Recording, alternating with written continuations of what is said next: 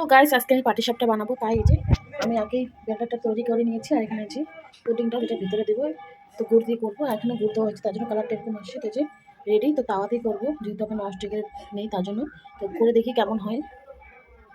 Guys খুব আশা করেছিলাম পাটিসাপটা খাবো, তো সব কিছু আমি রেডি করেছিলাম, জানি না কি ভুল হয়েছে।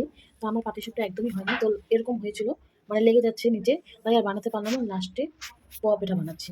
তো এটাও একটু হালকা কেমন হয়েছিল, তারপরে গরম জল মিশিয়ে ভালো করে ব্যাটারটা তৈরি করে তারপরে যে পোয়া পিঠা বানাচ্ছি।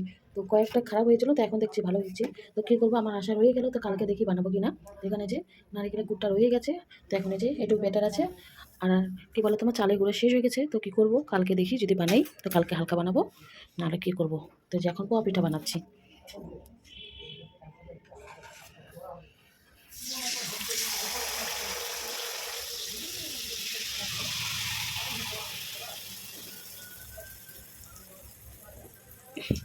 তো প্রথমে এটাও খারাপ হয়েছিল, তারপর আস্তে আস্তে এখন ভালো হচ্ছে।